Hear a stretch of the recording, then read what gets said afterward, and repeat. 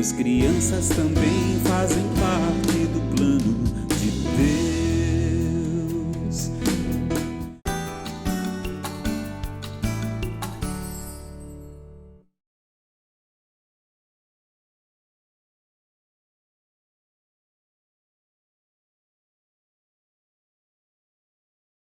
As crianças também fazem parte do plano de Deus.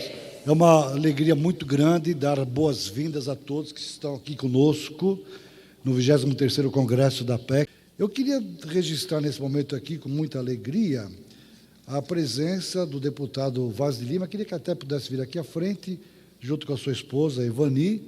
A Ivani, fomos da mesma igreja quando pequenino. Esses dias eu mandei para ela uma postagem. Não sei quantos de vocês lembram daquele cântico: com Cristo no barco tudo vai muito bem, vai muito bem, vai muito bem. Com Cristo no barco tudo vai muito bem, e passa o tempo. Lembra disso aqui? Aí eu passei para ela, me lembrei e tal, já passou para os amigos dela. A gente lembra que, além de sermos da mesma igreja, éramos primos, né? A mamãe dela, a minha mamãe, somos primos, né? Somos primos. São pioneiras na PEC, lecionando nas escolas, as crianças e tal. No ano passado, quando a PEC completou 75 anos de existência, tivemos a alegria de ter uma homenagem lá na Assembleia Legislativa, a pedido do pastor, que é deputado, Vaz de Lima, e nós fomos ali homenageados naquele momento. E a nossa diretoria encaminhou um pedido ao presidente da Assembleia Legislativa, e ele então nos respondeu o seguinte: com meus cumprimentos, acuso o recebimento do convite para participar do 23º Congresso Nacional da Aliança para a Evangelização das Crianças, no próximo dia 30 de novembro, fato que muito me honra. Agradeço a gentileza do envio, mas lamento a impossibilidade de comparecer em decorrência de compromissos inadiáveis assumidos anteriormente frente ao exercício da presidência desta Casa de Leis. Então, indico o nobre deputado Vaz de Lima, que me representará com a devida importância e interesses exigidos no encontro. Prevaleço-me do ensejo para reiterar-lhe meus protestos de consideração e elevado apreço. Para nós é uma alegria porque, durante muitos anos, tivemos um convênio de cooperação técnica com a Secretaria de Educação do Estado de São Paulo, assinado pelos governadores que passaram por aqui naquele período, e sempre a presença do Vaz de Lima tem sido fundamental para que a gente tenha as portas abertas nas escolas. Então, nos sentimos honrados com a sua presença aqui. Queria que você desse uma saudação e depois pudesse, então, numa palavra de oração, agradecer a presença do pastor Hernandes, reverendo Hernandes. É uma honra para nós tê-lo conosco aqui. O pastor Hernandes também, desde pequeno, teve o privilégio de nascer num lar cristão, conhecer a palavra. Não sei se ele foi chamado já para servir a Deus desde pequenino, mas é uma grande alegria ouvi-lo nesta noite, quando ele vai nos falar sobre como os pais devem investir nas futuras gerações. Depois eu queria, pastor, que o irmão orasse pelo pastor Hernandes. Acho que é melhor pegar aqui. Está funcionando aqui já. Isso aqui. Pronto. Vamos. Ok, chega mais aqui. Meus irmãos, quero saudá-los na graça e na paz do Senhor. Amém. Dizer da alegria de estar aqui junto com a minha companheira, com o meu encontro com ela na juventude. Tínhamos 17 anos, somos casados há 43, temos 2 filhos, 3 netos, e temos, a par do nosso ministério pastoral, um ministério também como vocação para a vida política e abençoar a nossa nação. A vantagem da gente ser criança, Gilberto, com 6,5, como sou, e ela daqui a pouco será, é que a gente tem causos e histórias para contar. Por exemplo, as nossas famílias foram alcançadas pelo Evangelho há quase 100 anos. Meus avós maternos já eram evangélicos. Eu já nasci, pela graça de Deus, no Evangelho. Os pais dela, os avós dela, aí por parte de pai e mãe, também. E nos encontramos aqui em São Paulo. E nos propusemos, diante de Deus, fazer uma caminhada juntos. E é o que temos feito. E assim que a encontrei, descobri, muito jovem, aliás, eu encontrei a Ivani num misto, Gilberto, entre vencedores por Cristo, que muitos aqui conhecem, quem conhece? E jovens da verdade, quem conhece? Então tá. Então, ela era dos jovens da verdade, foi ali que nós acabamos nos encontrando melhor. E depois fomos fazer parte de um outro grupo, que depois se extinguiu, chamado Embaixadores por Cristo. E agora, no ano que vem, tanto Jovens da Verdade como Vencedores vão fazer 50 anos. 50 anos. E nós vamos também fazer uma sessão solene, pastor Hernandes, reverendo Hernandes, lá na Assembleia, para dar o testemunho do que estes grupos, assim como a APEC, no ano passado, 75, tem feito em benefício do Evangelho no estado de São Paulo e no Brasil. Por isso, estou muito feliz de estar aqui, representando a Assembleia Legislativa. Esta é a forma de fazer. Eu já fui presidente da Assembleia também. A gente sempre indica alguém. Fiquei muito honrado em ser eu o indicado para estar aqui, nesta hora, para louvar a Deus pelo ministério da APEC. Não é? E cantei ali várias vezes, o irmão estava aqui cantando, até gravei um pedacinho e mandei para o grande irmão e amigo Asaf Borba, que é nosso grande amigo e grande parceiro. Gravei um pedacinho e disse: Asaf, estamos aqui no 23º Congresso da APEC e lembramos de você, oramos por você, e mandei um pedacinho do cântico que nós fizemos agora. E quero terminar então dizendo, Gilberto, que sempre é preciso entender que Deus nos chama para estarmos na hora certa e no lugar certo. E cada irmão aqui, cada irmã, é chamado para estar na hora certa e no lugar certo, neste mundo, especialmente nesses ministérios de atingir as crianças. E vou, do texto todo que cantamos ali, lembrar uma coisinha. As crianças, nós cantamos, também fazem parte, claro, nós estamos entendendo do plano de Deus. Não, mais do que isso, as crianças são o reino de Deus. É assim que está na Bíblia. Não é assim que está na Bíblia? Pegar as crianças, porque elas são o reino de Deus. E quem não se tornar como elas, não verá o reino de Deus. Por isso, irmãos, o ministério que Deus lhes confiou é um ministério extremamente extraordinário, para que o Evangelho continue a se desenvolver e a crescer em todos os lugares do mundo. Então, Deus os abençoe. Chamar aqui o pastor Reverendo Hernandes, vou fazer a oração para ele. A Vani vai dar um minutinho da palavra, porque, claro, se não falar depois, imagina, um minutinho só até que ele sobe aqui, pode falar, senão depois a garganta vai, meu irmão. Exagero. Bom, mas ele me conhece. Vim no encontro da APEC e não falar da alegria de estar aqui é pouco.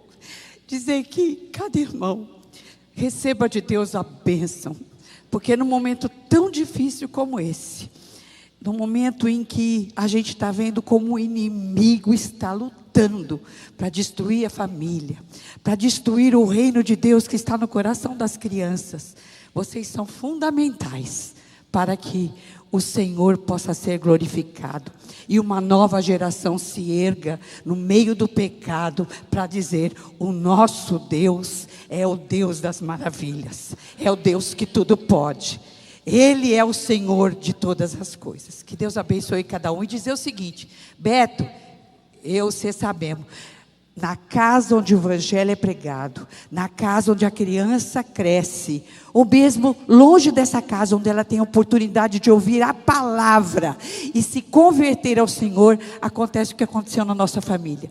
Missionários, pastores, homens e mulheres de Deus erguidos para como Beto, como Gerson, que está chegando lá agora da Etiópia, né? Dizer: eu e minha casa servimos ao Senhor. Que Deus abençoe grandemente vocês. Todos os dias, assim como eu oro pelo ministério político, vou orar cada vez mais para que Deus consagre a vida de vocês, dê poder para anunciar o Evangelho àqueles que são a esperança nossa, a alegria nossa neste mundo tão difícil. Que Deus abençoe e obrigada de estar com vocês. Amém. Vamos curvar nossa fronte. Vamos nos colocar em oração, pedindo ao Senhor: abençoe o teu servo que vai ministrar nesta hora. Unja os seus lábios, aqueça o seu coração, dá-lhe a virtude do Espírito, para que ele possa comunicar a tua graça, a tua palavra e a tua vontade nesse momento. Continua a abençoá-lo no grande ministério que tu lhe deste. Que ele continue a ser esta boa referência para nós, para o teu povo e para a sociedade. Abra o coração de todos nós que vamos ser irrigados pela tua palavra. Cada um de nós agora possa se desvencilhar de todos os pensamentos e nos congregarmos aqui para nos alimentarmos, Senhor, da tua palavra. Em nome de Jesus. Amém e amém.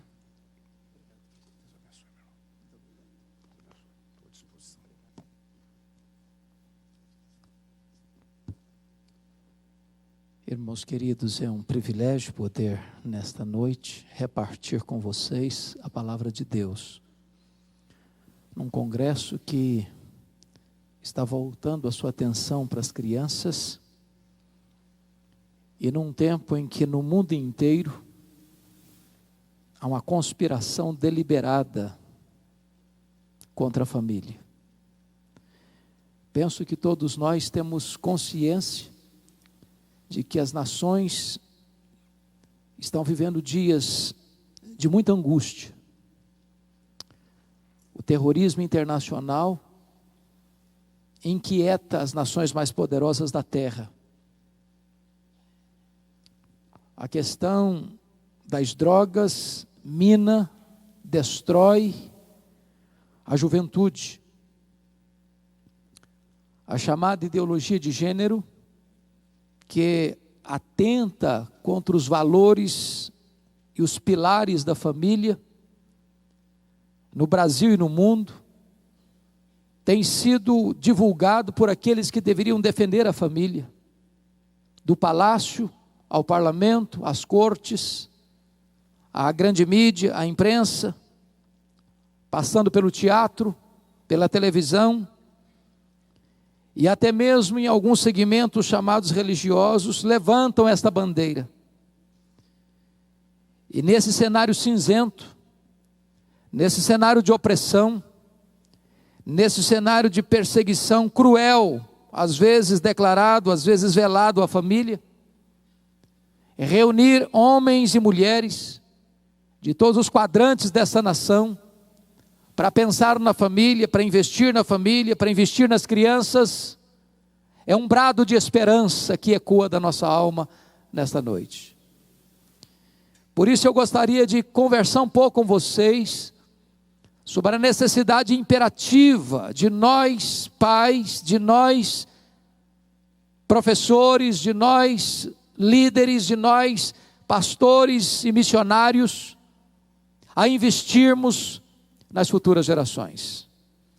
E eu quero ler com vocês o texto bíblico que está em 2 Reis, capítulo 20.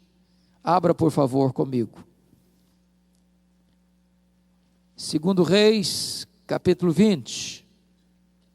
Esse texto traz um registro, um relato da vida de um homem de Deus, que vai lançar luz sobre o tema que vamos tratar nesta noite. 2 Reis, capítulo 20, até o versículo 11. Naqueles dias, Ezequias adoeceu de uma enfermidade mortal. Veio ter com ele o profeta Isaías, filho de Amós, e lhe disse: assim diz o Senhor, põe em ordem a tua casa, porque morrerás e não viverás. Então virou Ezequias o rosto para a parede e orou ao Senhor, dizendo: lembra-te, Senhor, peço-te, de que andei diante de ti com fidelidade, com inteireza de coração, e fiz o que era reto aos teus olhos, e chorou muitíssimo. Antes que Isaías tivesse saído da parte central da cidade, veio a ele a palavra do Senhor, dizendo: volta e diz a Ezequias, príncipe do meu povo: assim diz o Senhor, o Deus de Davi teu pai, ouvi a tua oração, e vi as tuas lágrimas, e eis que eu te curarei. Ao terceiro dia subirás à casa do Senhor. Acrescentarei aos teus dias 15 anos, e das mãos do rei da Síria te livrarei, a ti e a esta cidade, e defenderei essa cidade por amor de mim, e por amor de Davi meu servo. Disse mais Isaías: tomai uma pasta de figos. Tomaram-na e a puseram sobre a úlcera, e ele recuperou a saúde. Ezequias disse a Isaías: qual será o sinal de que o Senhor me curará, e de que ao terceiro dia subirei à casa do Senhor? Respondeu Isaías: ser-te-á isto da parte do Senhor, como sinal de que ele cumprirá a palavra que disse: adiantar-se-á a sombra 10 graus, ou retrocederá?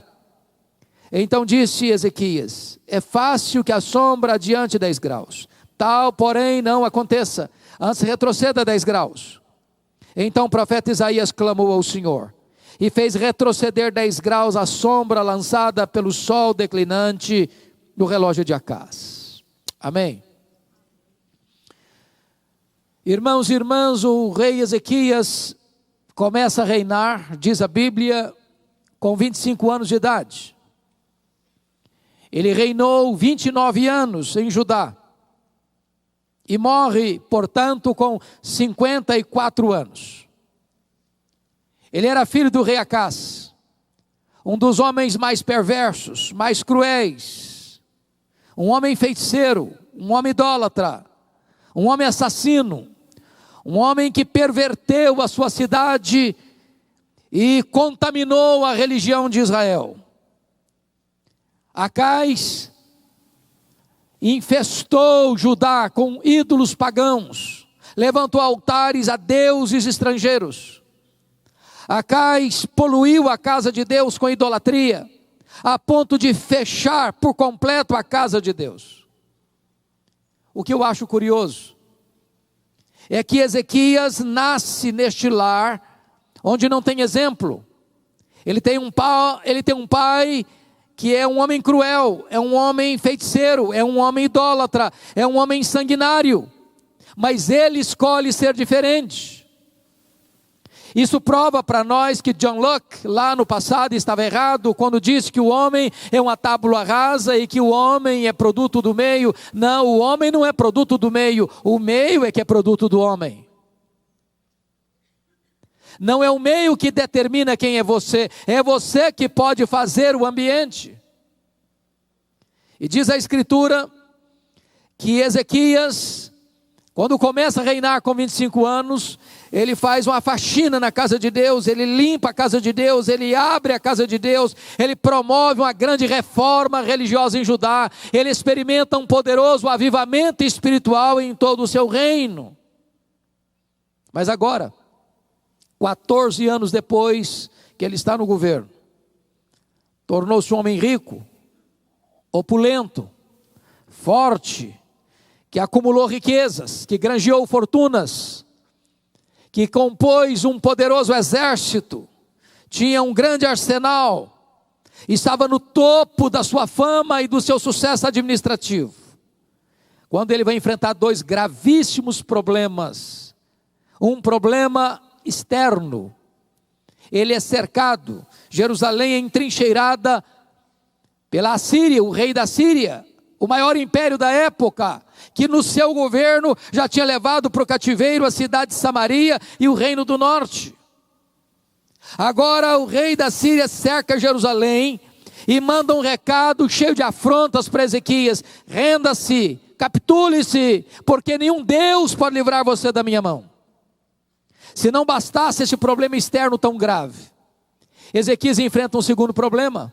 Ele contrai uma úlcera, e o seu dinheiro, e o seu poder político, e a sua influência de governo, e nada daquilo que ele havia granjeado pôde livrá-lo da sua enfermidade. Era uma enfermidade mortal.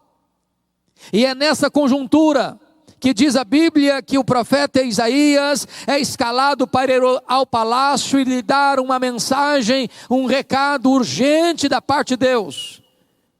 E o recado era este: ponha em ordem a tua casa, porque morrerás e não viverás. Não foi um conselho, foi uma ordem peremptória e decisiva.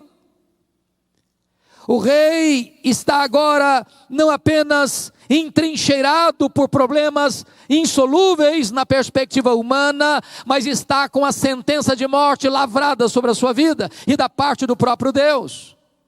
Só sobrou para o rei uma parede, e para a parede ele se voltou, e ele orou fervorosamente, e ele chorou abundantemente, e Deus respondeu a oração dele rapidamente. O profeta não tinha saído da cidade ainda, quando Deus se volta para ele e diz: Isaías, volta lá a Ezequias, príncipe do meu povo, e diz para ele que eu ouvi a sua oração, que eu vi as suas lágrimas, que eu libertarei Jerusalém do poder da Síria, e que eu o curarei da sua enfermidade, e no terceiro dia ele subirá à casa de Deus. Quando Ezequias recebe de volta o profeta Isaías, trazendo-lhe estas boas novas, Ezequias pergunta para Isaías: qual é a evidência que eu tenho de que Deus vai me curar e de que Deus vai libertar Jerusalém do poder da Síria? E o profeta pergunta para ele: o que é que você quer? Que a sombra do relógio de Acaz avance 10 graus ou retroceda 10 graus? E o rei pensou: já que é para Deus fazer um milagre, eu quero um milagre maior. Porque andar para frente, todo relógio anda, mas dar marcha ré, você ainda não viu o relógio dar marcha ré. Então ele pensou: já que Deus vai fazer um milagre, que retroceda 10 graus. E Deus interfere na estrutura do universo, para atender a oração do profeta Isaías, para dar respostas milagrosas ao rei Ezequias. Um grande milagre, uma cura extraordinária, um livramento extraordinário. Esta notícia foi tão retumbante, que reverbera para fora do território de Israel, transpira para além dos limites da nação. E o que é que vai acontecer? Qual foi a reação do rei diante desse milagre? Eu queria que você brevemente fosse comigo para o texto paralelo deste, 2 Crônicas 32, para nós vermos como é que Ezequias reagiu diante desse grande milagre. Porque esta informação está lá e não aqui em Reis. O registro de Crônicas é mais curto, mais lacônico que o de Reis, mas nos dá essa informação. Prestem bem atenção, versos 24 e 25 de 2 Crônicas 32. Naqueles dias adoeceu Ezequias mortalmente. Então orou o Senhor, que lhe falou e lhe deu um sinal. Mas não correspondeu Ezequias aos benefícios que lhe foram feitos, pois o seu coração se exaltou, pelo que houve ira contra ele e contra Judá e Jerusalém. Prestem atenção, irmãos, que esse homem era um homem de Deus. Tanto o homem de Deus era, que a Bíblia chega a dizer que antes dele não teve ninguém parecido com ele, e depois dele ninguém foi semelhante a ele. Esse homem está vivendo 2 problemas gravíssimos, um problema político e um problema físico, um problema de entrincheiramento da sua cidade e um problema de enfermidade mortal, e Deus realiza um duplo milagre, e em vez dele se humilhar, e em vez dele dar glória a Deus, em vez dele exaltar o Deus Todo-Poderoso, diz a Bíblia que o seu coração se exaltou, e ele não correspondeu ao milagre de Deus. Receber um milagre é um grande privilégio, mas é também uma imensa responsabilidade. Agora vamos ver em que sentido o coração dele se exaltou. Volta comigo para 2 Reis, capítulo 20. Por favor. 2 Reis, capítulo 20. O que aconteceu então? Notem, por favor, a partir do versículo 12. 20, 12. Nesse tempo, Merodach Baladã, filho de Baladã, rei da Babilônia, enviou cartas e um presente a Ezequias, porque soube que estivera doente. Preste bem atenção nisso. Essa notícia do milagre chegou à Babilônia. Era um império que estava se fortalecendo e que haveria de suplantar a própria Síria. E quando o rei da Babilônia ouviu este milagre, esse fato extraordinário da cura e do livramento, ele compra um presente, ele escreve uma carta e manda uma comitiva diplomática visitar Ezequias. Quando esta comitiva diplomática estrangeira chega para visitar Ezequias, vejamos o que aconteceu no verso 13. Ezequias se agradou dos mensageiros e lhes mostrou toda a casa do seu tesouro, a prata, o ouro, as especiarias, os óleos finos, o seu arsenal e tudo quanto se achava no seu tesouro. Nenhuma coisa houve em sua casa, nem em todo o seu domínio, que Ezequias não lhes mostrasse. Perceberam? Quando essa comitiva chega, ele mostra para essa comitiva internacional quão grande ele era, quão rico ele era, quão poderoso ele era, quão influente ele era, quão glorioso era o seu reino, quão poderoso era o seu reino, mas não tem uma palavra de Ezequias de exaltação a Deus, de gratidão a Deus, de honra ao nome de Deus. Ele mostra a si mesmo, ele mostra o seu poder, ele mostra a sua riqueza, ele mostra a sua glória, ele mostra o seu esplendor, ele mostra a sua força bélica, mas ele não dá glória ao nome de Deus. Ele não correspondeu. Agora veja o versículo 14. Então Isaías, o profeta, veio ao rei Ezequias e lhe disse: que foi que aqueles homens disseram? E de onde vieram a ti? Respondeu Ezequias: de uma terra longínqua, vieram da Babilônia. Perguntou o profeta: que viram em tua casa? Respondeu Ezequias: viram tudo quanto há em minha casa. Você pode repetir essa frase comigo? Viram tudo quanto há em minha casa. Para quem que você está mostrando tudo que tem na sua casa?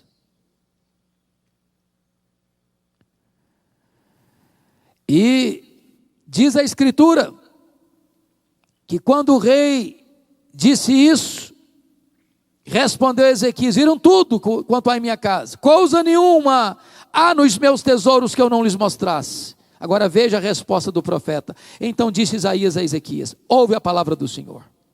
Verso 17. Eis que virão dias em que tudo quanto houver em tua casa, com o que entesouraram teus pais, até o dia de hoje, será levado para a Babilônia, não ficará coisa alguma, diz o Senhor. Então olhe bem, ele mostrou o seu poder, a sua riqueza, o seu sucesso, a sua glória, a glória do seu reino, e agora o profeta está dizendo: pois bem, você se exaltou por causa do seu dinheiro, você se exaltou por causa da sua fortuna, da sua riqueza, do seu poder, pois essa Babilônia daqui a alguns anos virá, e vai saquear tudo, e vai rapinar tudo, e vai tudo embora, não vai ficar mais nada. O que você ajuntou, o que os seus pais ajuntaram, tudo isso vai ser levado embora para essa Babilônia.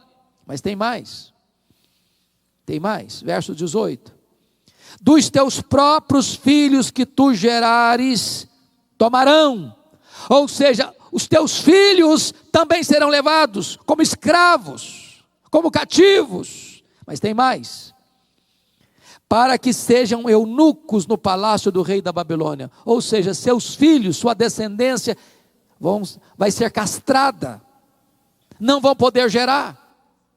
Não apenas você vai perder seus bens, não apenas você vai ver seus filhos se tornando escravos, mas seus filhos vão ser castrados e eles não vão poder gerar. Você quer uma tragédia maior do que essa? Sabe o que me choca? É a reação do rei. Vejamos a reação dele. Verso 19. Então disse Ezequias a Isaías: boa é a palavra do Senhor que disseste. Bom, espera um pouquinho, Ezequias, você não está entendendo o que eu estou falando. Você não está entendendo. Estou falando para você que a Babilônia virá, vai saquear, vai espoliar, vai rapinar, não vai ficar nada, está entendendo isso? Eu disse para você que dos filhos que tu gerares, vão ser levados cativos. Você está entendendo isso, que os filhos vão ser escravos? Você está entendendo que seus filhos vão se tornar eunucos, castrados no palácio dos reis da Babilônia? Você está entendendo isso? Você é louco, homem. Como é que você vai dizer que boa essa palavra? Você perdeu o juízo.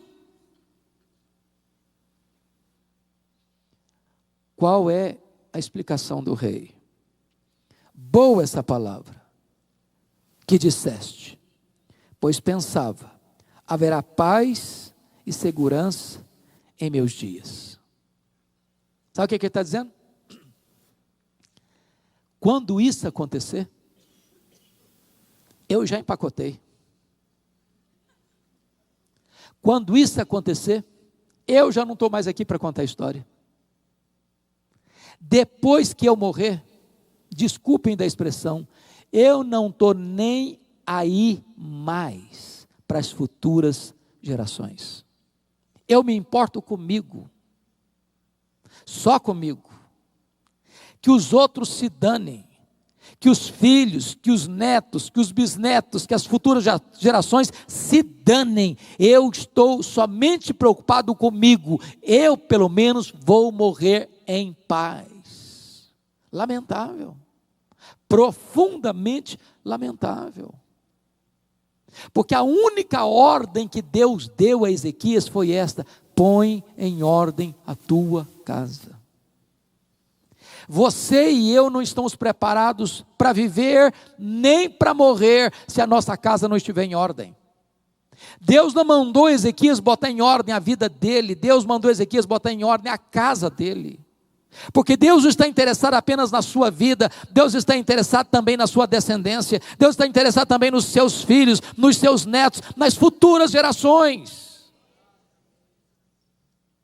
Agora notem, queridos irmãos, notem comigo, por favor, só um pouquinho.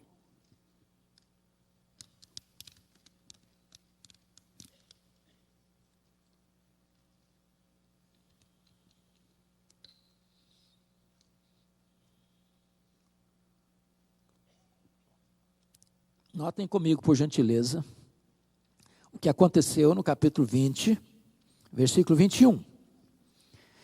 Descansou Ezequias com seus pais, e Manassés, seu filho, reinou em seu lugar. Capítulo 21. Tinha Manassés 12 anos de idade, quando começou a reinar, e reinou 55 anos em Jerusalém. Quantos anos Deus deu a mais a Ezequias? 15 anos. Com que idade Manassés começou a reinar? 12 anos. Qual a conclusão que vocês chegaram? 3 anos depois da cura de Ezequias, nasceu Manassés. Agora pensem comigo. A ordem que Deus havia dado para ele foi esta: põe em ordem a tua casa. Ele deveria ter pensado assim: bom, se Deus mandou botar em ordem a minha casa, agora nasce o meu sucessor, agora nasce o meu herdeiro, agora nasce aquele que vai reinar em meu lugar, quando eu morrer, eu vou fazer desse menino o meu projeto de vida, eu vou investir nele, eu vou ensinar para ele, eu vou inculcar na cabeça dele as verdades de Deus, eu vou orar com ele, eu vou gastar tempo com ele, eu vou discipular esse menino, eu vou andar com esse menino, eu vou ensinar esse menino a conhecer a Deus, a temer a Deus, a viver para a glória de Deus. Deus me deu uma ordem, e essa ordem vai ser prioridade na minha agenda, e eu vou cuidar desse menino, para que ele seja uma bênção, para que o seu reinado seja próspero, para que o seu reinado seja debaixo da bênção do eterno. Eu vou investir na vida desse menino. Mas quem foi Manassés? Confira comigo, versículo 2. Fez Manassés o que era mal perante o Senhor, segundo as abominações dos gentios que o Senhor expulsara das suas possessões, de diante dos filhos de Israel, pois tornou a edificar os altos que Ezequias seu pai havia destruído, levantou altares a Baal, fez um poste ídolo, como o que fizera Acabe, rei de Israel, e se prostrou diante de todo o exército dos céus, e o serviu. edificou altares na casa do Senhor, da qual o Senhor tinha dito: em Jerusalém porei o meu nome. Também edificou altares a todo o exército dos céus, nos 2 átrios da casa do Senhor. Olha o verso 6: queimou a seu filho como sacrifício, adivinhava pelas nuvens, era agoureiro, tratava com médios e feiticeiros, prosseguiu em fazer o que era mal perante o Senhor, para o provocar a ira. Qual a sensação que eu tenho? É que esse homem era o homem mais endemoniado da história. Foi o pior rei de Judá. Esse homem foi um monstro. Olhe comigo o verso 16: além disso, Manassés derramou muitíssimo sangue inocente, até encher Jerusalém de um a outro extremo. Ele era um assassino perverso, ele era um ditador cruel, ele era um homem vil, ele era um idólatra, ele era um feiticeiro, ele era um assassino, ele era um pervertido, ele mandou queimar seus próprios filhos, ele era agoureiro, ele era feiticeiro. Este homem era terrível. Dá a impressão que ele tinha bronca do seu pai, porque tudo que o pai fez, ele desfez. Tudo que o seu pai gostou, ele odiou. Tudo que o seu pai odiou, ele gostou. Ele foi o pai pelo avesso. Por que isso? Exatamente porque Ezequias não pôs em ordem a sua casa. Ezequias não levou a sério esta ordem divina.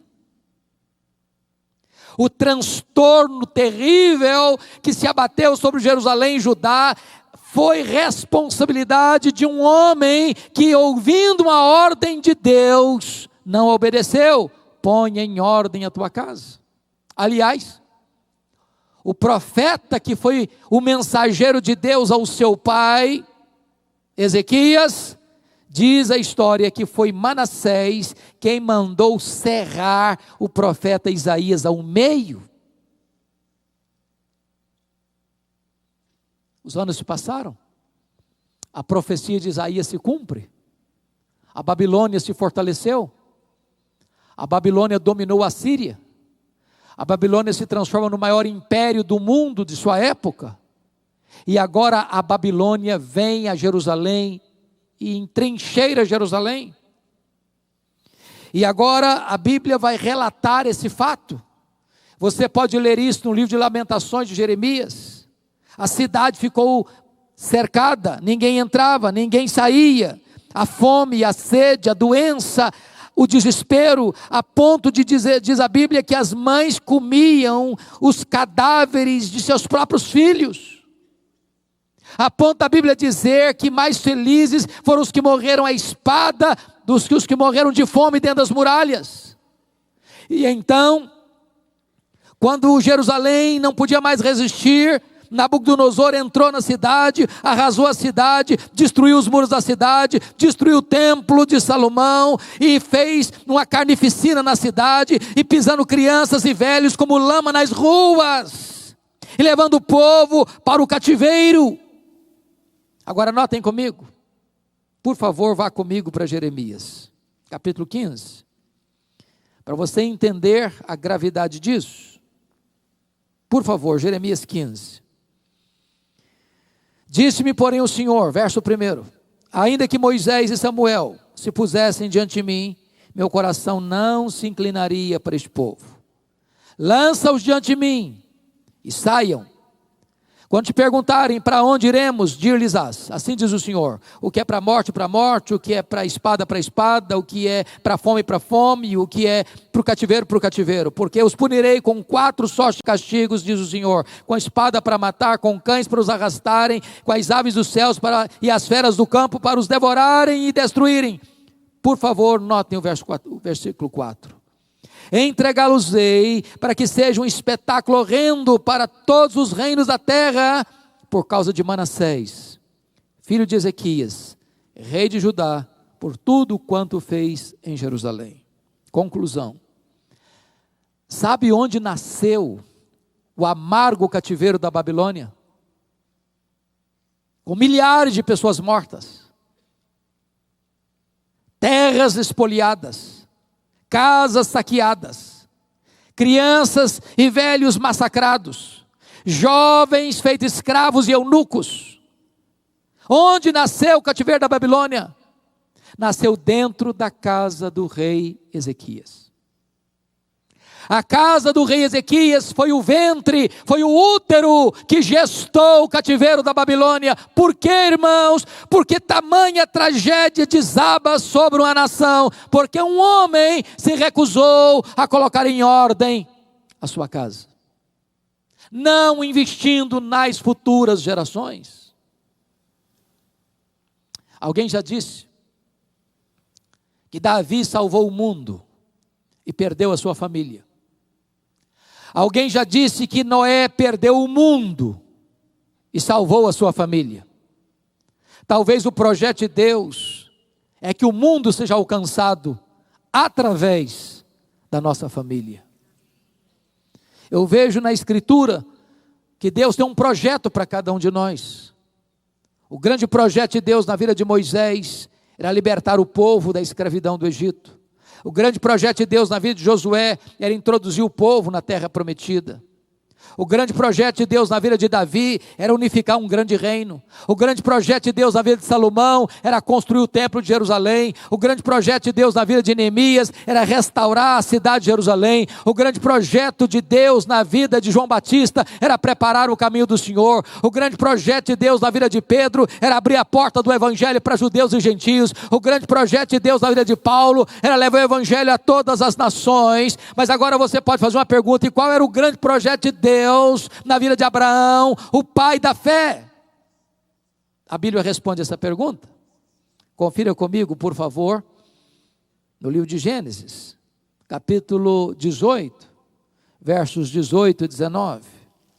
Notem aí o que está escrito. Está escrito o seguinte: visto que Abraão certamente virá a ser uma grande e poderosa nação, e nele serão benditas todas as famílias da terra, porque eu escolhi para que ordene a seus filhos e a sua casa depois dele, a fim de que guardem o caminho do Senhor e pratiquem a justiça e o juízo. Para que Deus chamou Abraão? Com que finalidade? Com que propósito? Com que objetivo? Deus escolheu Abraão para que ele ordenasse a seus filhos e a sua casa depois dele, a fim de que guardem o caminho do Senhor e pratiquem a justiça. Mas vamos entender isso. Eu pergunto a vocês: que idade tinha Abraão quando o filho da promessa nasceu? Que idade? 100 anos de idade. Com que idade o filho da promessa, Isaac, se casou? Quantos anos? 40 anos. Então quantos anos tem Abraão? 140. A mulher de Isaac era estéril, Rebeca. Quantos anos Isaac orou por ela para ser curada? 20 anos. 20 anos. Portanto, quando Esaú e Jacó, netos de Abraão, nasceram, quantos anos tinha Isaac? 60 anos. Quantos anos tem Abraão? 160 anos. Com que idade Abraão morreu? 175 anos. Então, quantos anos Abraão teve a oportunidade de conviver com os netos? Apenas 15 anos. Falei, então eu não estou entendendo. Se Deus chama Abraão com um propósito, para que Abraão ensinasse a casa dele e os que vêm depois dele a pôr em Deus a sua confiança, e ele só conviveu com a sua descendência 15 anos, meu Deus, eu não estou entendendo. Mas sabe o que está acontecendo? Está lá em Hebreus 11, 13, que ele viu a promessa de longe e a saudou. Porque cada um de nós que estamos aqui nesta noite, somos filhos de Abraão.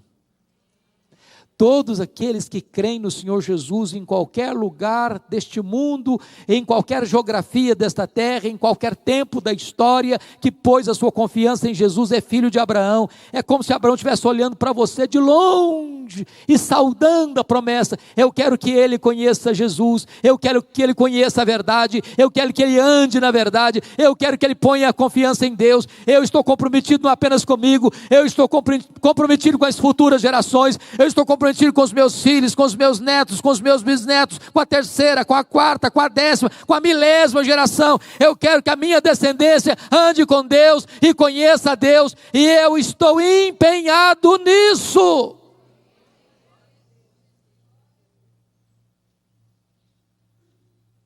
É necessário investir nas futuras gerações. E é curioso que a aliança que Deus firma com Abraão é a circuncisão, que é uma incisão no corpo masculino, no seu órgão reprodutor, para que toda criança que nascesse, essa marca ficasse lá, para que essa criança pudesse entender: eu pertenço a Deus, meus pais têm uma aliança com Deus, a minha casa pertence a Deus, a minha descendência tem uma aliança com Deus, e o meu projeto é que a minha descendência ponha em Deus a sua confiança. Irmãos amados, eu fico olhando para a Bíblia e vejo alguns homens extraordinários, e um deles é Samuel. Samuel exerceu uma tríplice função na sua nação. Ele foi profeta, ele foi sacerdote, ele foi juiz. Ele exerceu um papel político e um papel espiritual. Ele começa cedo, seu nascimento foi um milagre, sua vida foi um portento. E diz a Bíblia que ele já está velho, coberto de cãs, já está se aposentando. E ele se levanta então para dar um testemunho à nação, para prestar um relatório, para fazer uma prestação de contas à sua nação. E eu queria que você visse comigo o teor desse relatório, dessa prestação de contas de Samuel à sua nação. Abra aí 1 Samuel capítulo 12, por favor. Olhe o relatório deste homem. 1 Samuel capítulo 12. Versículo 2, ele diz assim: já envelheci e estou cheio de cãs, e meus filhos estão convosco. Meu procedimento esteve diante de vós desde a minha mocidade até o dia de hoje. Ou seja, um homem com a vida pública limpa, proba, incorruptível, com lisura, com transparência, do começo ao fim.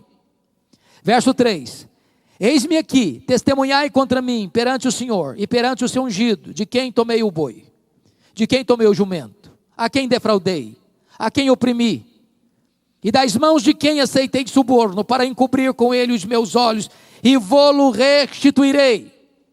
Eu fico pensando se alguns políticos de Brasília conseguiriam dar um relatório dessa nação.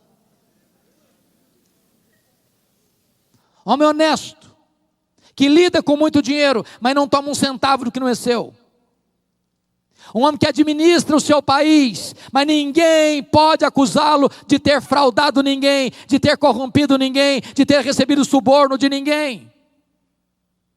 E ele chama a nação para confrontá-lo. Qual a resposta da nação? Olha aí, por favor, versículo de número 4. Então responderam: em nada nos defraudaste, nem nos oprimiste, nem tomaste coisa alguma das mãos de ninguém. E ele lhes disse então: o Senhor é testemunha contra vós outros, e o seu ungido é hoje testemunha de que nada tens achado nas minhas mãos. E o povo confirmou: Deus é testemunha. Vocês dizem amém. E vocês dizem: é assim que eu quero fechar as cortinas da minha vida. Porém, entretanto, todavia, entre mentes, algo não aconteceu bem na vida desse homem. Quer ver? Vá para o capítulo 8 comigo, desse mesmo livro.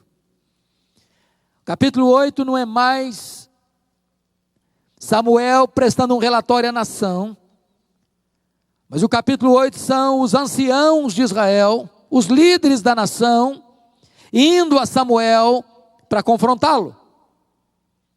Veja comigo, capítulo 8, versículo 1. Então Samuel, tendo Samuel envelhecido, constituiu seus filhos por juízes sobre Israel. Alguma coisa estranha aqui? Notaram alguma coisa diferente aqui? Eu pergunto a vocês, quem constituía juiz em Israel? Quem? Deus. Samuel está constituindo seus filhos como juízes sobre Israel. Está sentindo o cheiro de nepotismo aqui? Irmãos, essa cultura ainda existe hoje, achando que ministério é hereditário. Ministério não é hereditário. Não é porque o pai é pastor que o filho tem que ser pastor. Você só pode ser pastor se Deus chamar você para o ministério. Samuel comete um grande erro na sua vida em constituir seus filhos como juízes. Deus não havia feito isso. Ele pulou na frente de Deus. Ele usurpou um direito inalienável do próprio Deus. E quando nós agimos na contramão da vontade de Deus, os resultados não podem ser bons. Olha comigo o versículo de número 3. Porém seus filhos não andaram pelos caminhos dele, antes se inclinaram à avareza e aceitaram subornos e perverteram o direito. Prestem bem atenção. Qual era o ponto alto do testemunho de Samuel? Integridade, lisura, transparência, integridade moral, confiabilidade administrativa e financeira. Agora notem vocês que o ponto vulnerável dos filhos é exatamente o contrário. Eles eram avarentos, aceitaram um suborno, pegaram o dinheiro que não era deles, se enriqueceram ilicitamente, agiram de maneira desonesta na administração da coisa pública. O contrário do pai, o avesso do pai. Qual o resultado? Olha o verso 4. Então os anciãos todos de Israel, quantos anciãos tem? Todos. Então os anciãos todos de Israel se congregaram e vieram a Samuel a Ramá e lhe disseram: vê, já estás velho, teus filhos não andam pelos teus caminhos, constitui-nos, pois, agora um rei sobre nós, para que nos governe, como tem todas as nações. Trocando em miúdos, sabe o que esses anciãos estão falando para Samuel? Samuel, você já está com o pé na cova, você está quase empacotando, e o negócio é o seguinte: você é um cara sério, você é um homem direito, se você vivesse mais, nós fecharíamos com você. Em você dá para conversar, com você dá para conversar, em você dá para confiar. Agora deixa eu dizer uma coisa para você, Samuel: nos seus filhos não dá para confiar. Seus filhos não têm o mesmo estofo moral que você tem, não têm a mesma ética granítica que você tem. Seus filhos são de outra categoria, de outro jaez. Então, Ezequias, então Samuel, faça-nos um favor, antes de você morrer, constitui-nos um rei, porque debaixo da autoridade dos seus filhos, nós não vamos ficar. Prestem bem atenção, que o povo de Israel rejeita a teocracia, rejeita o governo de Deus, e quer e clama pela monarquia. Por quê? Porque Samuel andou com Deus, mas ele não pôs a sua casa em ordem. Assim como o cativeiro da Babilônia nasceu dentro da casa do rei Ezequias, a monarquia em Israel, rejeitando o governo teocrático, o governo de Deus, nasceu dentro da casa de Samuel. Ele não pôs a sua casa em ordem. Irmãos amados, deixa eu lhes dizer algo. Eu não sei se isso pesa o seu coração, mas nós estamos vivendo um tempo muito crítico no Brasil e no mundo. Este ano é um ano emblemático para nós. O povo evangélico celebrou o mês passado 500 anos da Reforma Protestante. E o que é triste é que a Reforma, berço do protestantismo não tem o que comemorar. Eu estive na Holanda recentemente, e na Holanda até 1960, as pessoas iam para a igreja, as famílias frequentavam a igreja, os pais levavam os filhos para a igreja. De 1960 para cá, os templos estão lá, mas o povo não vai mais para a igreja. Nem os pais, nem os filhos. A igreja da Holanda se perdeu numa única geração. Sabem por quê? Porque nós estamos numa corrida de revezamento. Se nós falharmos em passar o bastão do evangelho para os nossos filhos, nós teremos fracassado rotundamente. E nós poderemos legar à próxima geração uma igreja apóstata. Saímos da Holanda e fomos para a Escócia, berço do presbiterianismo, terra de John Knox. Fomos para Edimburgo. E ali tem um templo belíssimo na praça central, perto do castelo. E quando nós entramos naquele templo belíssimo, de torre empinada aos céus, eu não vi púlpito, eu não vi bancos. O templo foi transformado num bar. Lá dentro é lugar de beber. O protestantismo está praticamente morto. Por quê, irmãos? Porque os pais falharam em passar para os seus filhos a fé que havia no coração deles. Não se preocuparam com as futuras gerações. Nós saímos dali e fomos para a Inglaterra dos grandes avivamentos, a Inglaterra de John Wesley, a Inglaterra de George Whitefield, a Inglaterra de William Carey, a Inglaterra de William Wilberforce, a Inglaterra de John Charles Ryle, a Inglaterra de Charles Haddon Spurgeon, a Inglaterra de Mark Lloyd Jones, a Inglaterra de John Stott. Hoje a Inglaterra é conhecido como o país de Richard Dawkins, o patrono dos ateus. Menos de 4% dos ingleses frequentam a igreja evangélica hoje. Por quê, meus irmãos? Porque os pais não colocaram a sua casa em ordem e não investiram nas futuras gerações. Você vai para os Estados Unidos da América e Canadá, você encontra muitas das chamadas dead churches, igrejas mortas. As denominações históricas perdendo membros, centenas, milhares de membros, todos os anos.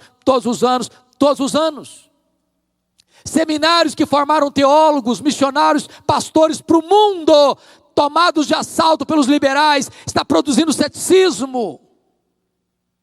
Eu preguei há 2 anos num congresso em Nova York, e após aquela conferência eu fui pregar numa igreja Assembleia de Deus, e enquanto o pastor me levava do hotel ao templo, meia hora de carro, ele me mostrou 11 templos fechados, que estavam sendo vendidos, porque não tinha mais gente para frequentar. Por quê, irmãos? Você entra numa igreja e às vezes você vê um gato pingado de cabeças brancas, porque os jovens não estão mais na igreja.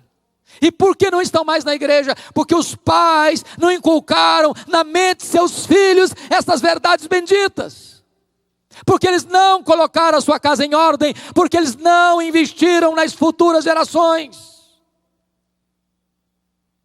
E eu posso lhes garantir, irmãos, que você precisa de apenas 3 gerações para chegar a um processo de apostasia. Aquela geração que nasceu no Egito, morreu no deserto. A segunda geração que nasceu no deserto, entrou na terra prometida. A terceira geração que nasceu na terra prometida, diz a Bíblia, não conhecia Deus mais. Sabe qual a conclusão que eu chego? Parece que os nossos avós foram mais crentes do que os nossos pais. Parece-nos que os nossos pais foram ou são mais crentes do que nós. Parece-nos que nós estamos sendo mais crentes do que os nossos filhos. Se Deus não tiver misericórdia, os nossos netos poderão herdar uma igreja apática, fria ou até apóstata. É hora de nós acordarmos, irmãos, porque o inferno está vivo e ativo, querendo capturar os nossos filhos. A ideologia de gênero, patrocinada tantas vezes por verbas de impostos nossos, patrocinado pelo governo, nos mais diversos segmentos da sociedade, estão botando cartilhas, ensinando os nossos filhos pelo avesso, a destruírem os valores centrais da família, a minar os alicerces básicos do casamento e da família. O teatro está querendo destruir os nossos filhos, a televisão está querendo destruir os nossos filhos, as telenovelas estão querendo destruir os nossos filhos, todos os programas deste mundo visam destruir a família, e nós, até quando vamos dormir o sono da morte? É hora de investir nas futuras gerações.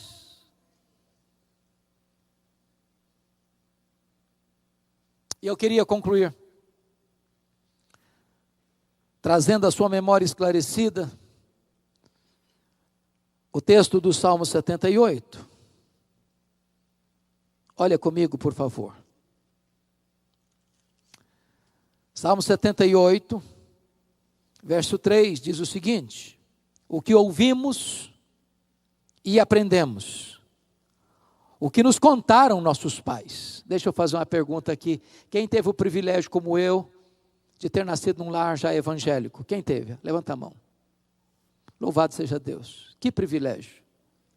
Que privilégio você ter ouvido o que os seus pais contaram para você. Seus pais ensinaram a você. Você bebeu o leite da piedade desde a sua infância.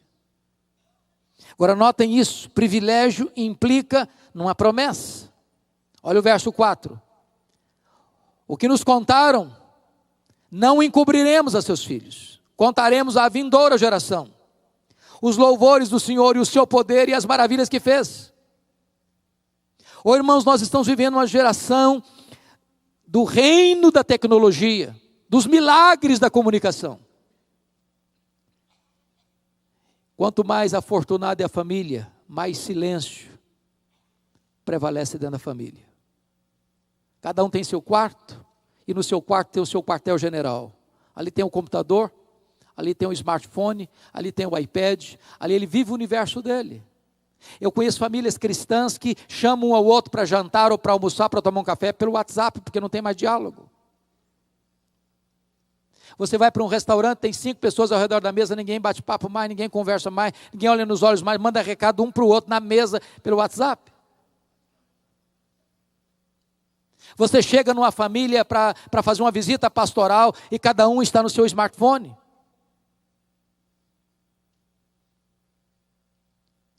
E às vezes nós estamos contribuindo ainda mais para isso, e é necessário que você, pai, que você, mãe, pegue o seu filho, pegue a sua criança e bote no colo e conte para ela o que Deus fez na sua vida, que você desligue um pouco a televisão, que você coloque limites e horários para o computador, e você comece a ensinar as verdades de Deus, a inculcar essas verdades no coração de seus filhos e de seus netos.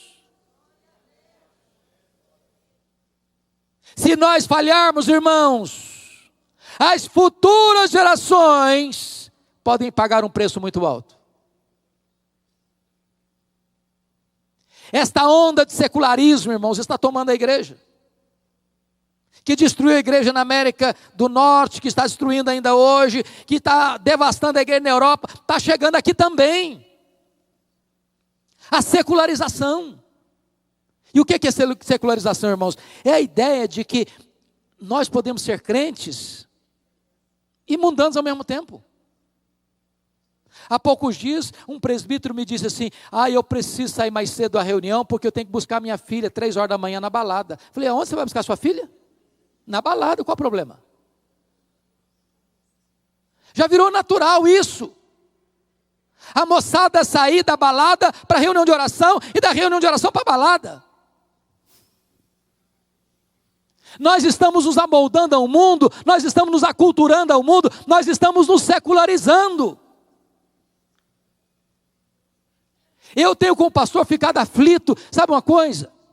As festas de casamento dos nossos filhos hoje, dos nossos crentes, estão se transformando numa vergonha. Uma vergonha. Você sai da igreja num belíssimo cerimonial de casamento, numa festa linda, onde a pregação foi feita, onde as músicas sacras foram entoadas, louvores a Deus foram erguidos, e quando você vai para um rico cerimonial, lá o pau quebra. O pau quebra, porque a música que rola lá não tem nada a ver com Deus mais não. As luzes se acendem como uma boate moderna, bebida alcoólica, se serve todas, e o povo de Deus cai na pista de dança e volta para casa com as pernas trôpegas. Como é que nós vamos dizer para os nossos filhos que eles precisam ser santos ao Senhor, se nós estamos promovendo isso? Ou nós botamos o pé no freio, irmãos, e começamos a pensar que a delícia da vida, que o prazer da vida, que a alegria da vida, que a plena felicidade da vida não está na boate, não está no teatro, não está nas festas mundanas, não está na bebedeira, não está nas baladas, está na presença de Deus, porque é só na presença de Deus que tem plenitude de alegria.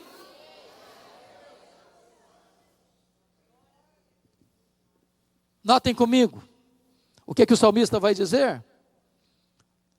Depois do privilégio vem a promessa, mas tem um propósito. Olha o verso 6. A fim de que a nova geração os conhecesse, filhos que ainda hão de nascer, se levantassem e por sua vez os referissem aos seus descendentes para que pusessem em Deus a sua confiança. Agostinho de Hipona dizia que nós tínhamos que orar para os nossos filhos 20 anos antes deles nascerem. Tem que ensinar isso para os nossos filhos. Como assim? 20 anos antes deles nascerem. Amanhã você, não sei se tem adolescente aqui, mas amanhã você que é um adolescente, vai se casar e vai ter filhos. E amanhã seu filho, sua filha vão ser adolescentes também. E eles vão perguntar para você, e aí papai, e aí mamãe, como é que foi a sua adolescência? Honrou seus pais? Obedeceu? Tinha hora para sair de casa? Tinha hora para voltar para casa? Seus pais queriam saber onde você foi, com quem você foi, o que você fez? Se você disser assim, não, eu era complicado, eu não obedecia não. Como é que você vai cobrar de mim agora? Nós precisamos orar a Deus e trabalhar para que os filhos dos filhos dos filhos ponham em Deus a sua confiança. Você avô, você avó, quem sabe onde você chamar seu neto, não para brincar, não para dar um presente para ele, mas para botá-lo no colo e para ensinar para ele as verdades de Deus. Para que as futuras gerações ponham em Deus a sua confiança. Eu não sei se isso aflige o seu coração, o meu aflige muito. Porque hoje nós estamos preocupados muitas vezes em dar a melhor escola, a melhor faculdade, o melhor conforto, a melhor roupa, as melhores oportunidades, e tudo isso é legítimo e tudo isso é bom, mas se nós fracassarmos em passar para os nossos filhos o bastão do Evangelho, nós teremos fracassado rotundamente. Qualquer sucesso desse mundo, sem a glória de Deus, é troféu de palha.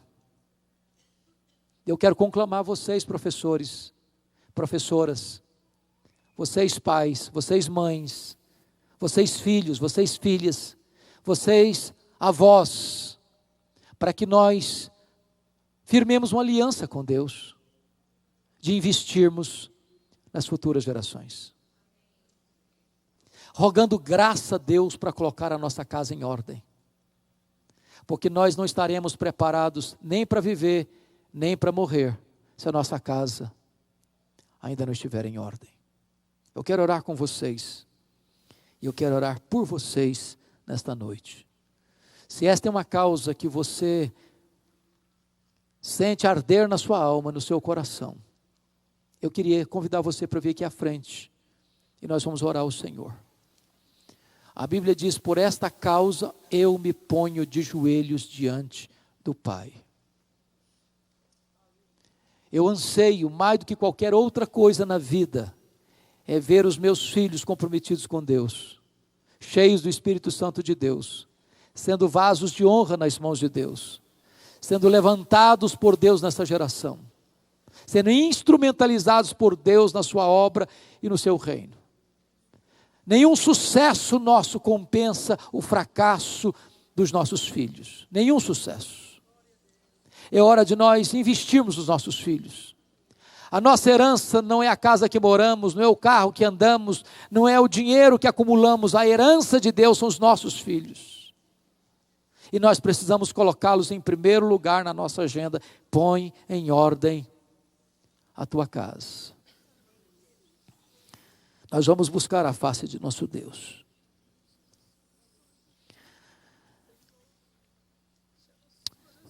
Senhor Deus, Rei da glória, aqui está o teu povo. Aqui estão homens e mulheres que tu separaste para um glorioso trabalho de evangelização e de ensino às crianças. Mas aqui também estão pais, mães, avós, tios, tias, irmãos e irmãs. E o que nós pedimos nesta noite, Senhor, é que tu abras os olhos da nossa alma, para vermos que nós estamos numa guerra terrível, infernal, onde há muita orquestração ao redor dos nossos filhos, para seduzi-los, para atraí-los, para dividir o coração deles, para secar a alma deles, para cegar o entendimento deles, para tirar deles qualquer sensibilidade espiritual. Livra os nossos filhos, Senhor, do laço do passarinheiro.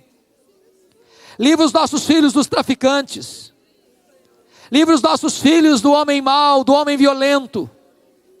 Livra os nossos filhos do alcoolismo. Livra os nossos filhos, meu Deus, do sexo livre e irresponsável. Livra os nossos filhos, meu Deus, da incredulidade. Livra os nossos filhos da ansiedade, da depressão, da obra terrível e perigosa de Satanás. Guarda os nossos filhos, guarda a mente deles, guarda o coração deles, guarda os pés deles, em nome de Jesus. Os nossos filhos são teus, Senhor. Eles são herança tua. Nós não os geramos para a morte, nós não os geramos para o cativeiro, nós não geramos filhos para povoar o inferno. Tem misericórdia de nós. Oh, meu Deus, cobre a nossa casa com o sangue do Cordeiro. Coloca, meu Deus, te rogamos, os nossos filhos na arca da salvação. Oh Senhor, proteja os nossos filhos das setas inflamadas do maligno, e dá-nos alegria, Deus, de ver os nossos filhos convertidos, de ver os nossos filhos transformados, de ver os nossos filhos instrumentalizados por tua graça. Senhor, nós não queremos grandes coisas para nós não queremos as glórias deste mundo, nós não queremos o glamour deste mundo, mas nós queremos que a glória da tua presença esteja sobre a nossa casa. Nós queremos que a luz da verdade ilumine a nossa casa. Nós queremos que o poder do evangelho reine em nossa casa, Senhor. Os nossos filhos são teus, nós os consagramos a ti, nós os colocamos nas tuas mãos. E à semelhança de Josué, Senhor, nós queremos dizer nesta noite: eu e a minha casa serviremos ao Senhor. Bendito é o teu nome, bendito é o teu nome. Nós oramos em nome de Jesus. Aleluia, aleluia, amém. Louvado seja Deus. Dê um abraço bem gostoso em quem está perto de você, e depois você retorne ao seu lugar. Pois crianças também fazem parte